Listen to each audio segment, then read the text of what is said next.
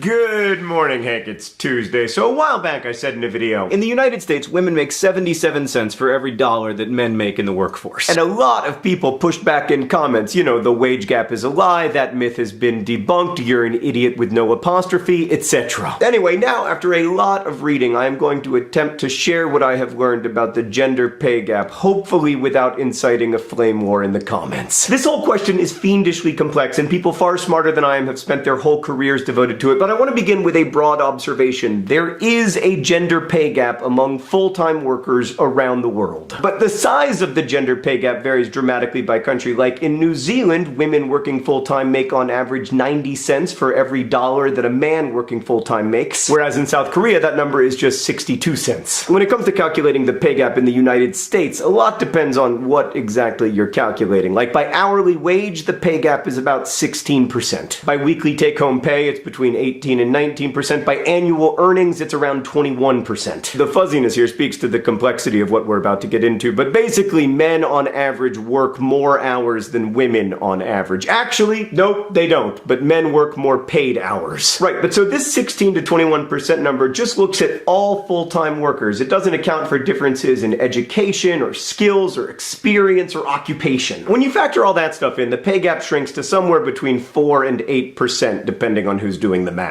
This is the so-called unexplained pay gap, that is, there is no economic explanation for it, and most nonpartisan analyses agree that this part of the pay gap is directly due to gender discrimination. By the way, you can find links to lots of sources in the doobly-doo. But yeah, that 4 to 8% number might sound low, but even on the extremely conservative end, it would mean that women lose over $241 million of pay every year to direct discrimination. I should add here that there is also a wide racial pay gap in the United States, and as discussed in this Vlogbrothers video, there is overwhelming evidence that much of that gap is due to direct discrimination. Because race and gender affect people long before they enter the workforce, it's difficult to disentangle causes here, but we do know that women of color are doubly disadvantaged when it comes to pay, regardless of skill level, experience, or education. Right, so a portion of the gender wage gap is attributable to discrimination in the United States, but most of it is ostensibly about choice. Choice of college majors, or flexibility when it comes to hours, or occupation. And this is what people generally mean when they talk about debunking the gender wage gap. Women on average work fewer hours and tend to work in less lucrative professions, from school teaching to caregiving. Whereas men are more likely to work in higher paying fields like engineering or anesthesiology. And some of the pay gap can be found here. Like in one study of more than 120 professions, more women than men worked in 9 of the 10 lowest paying jobs. But of course that isn't only about choice, it's also about the expectations of the social order. Like, why are there more female nurse anesthetists but more male anesthesiologists? And then there's the fact that even within almost all of these professions, the pay gap persists, from computer programmers to teachers to lawyers. Some of this is the aforementioned unexplained pay gap, but some of it is because men on average work more paid hours than women, which brings us to the question of unpaid work. The average adult American woman spends 167 minutes per day on housework or care for household members. For the average adult American male, it's 101 minutes per day. And that work, even though it's unpaid, is of course very real. Now, none of this is to criticize the many women and many men who work fewer hours or don't work in the labor force at all to focus on childcare or housework. It's only to say that women doing a disproportionate amount of the unpaid labor in the United States inevitably distorts the paid labor market. We see this especially clearly in studies of what happens to workers after they have kids. With each child a family has, women see their average income relative to men go down. It goes down about 7.5% after the first child. There have been a ton of studies exploring this, but I just want to highlight one. In 2007, a Stanford professor sent out fictitious resumes to various firms and found that female applicants with children were less likely to be offered positions, and when offered jobs,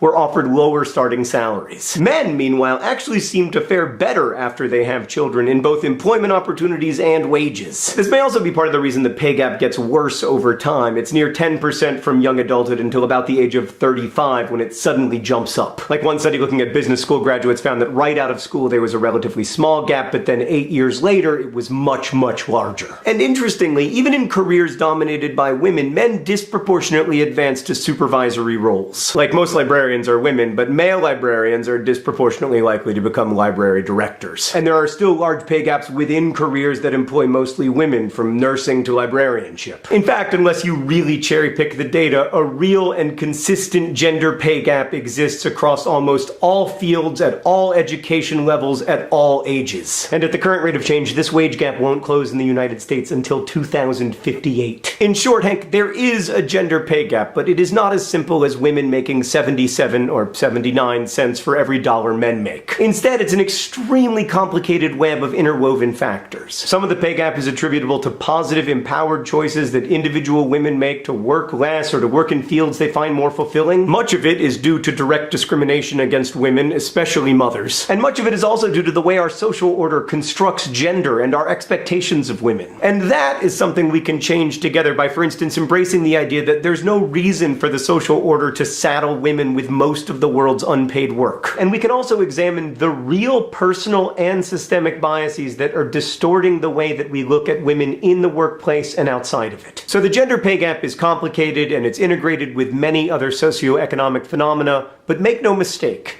it is real. Hank, I'll see you on Friday.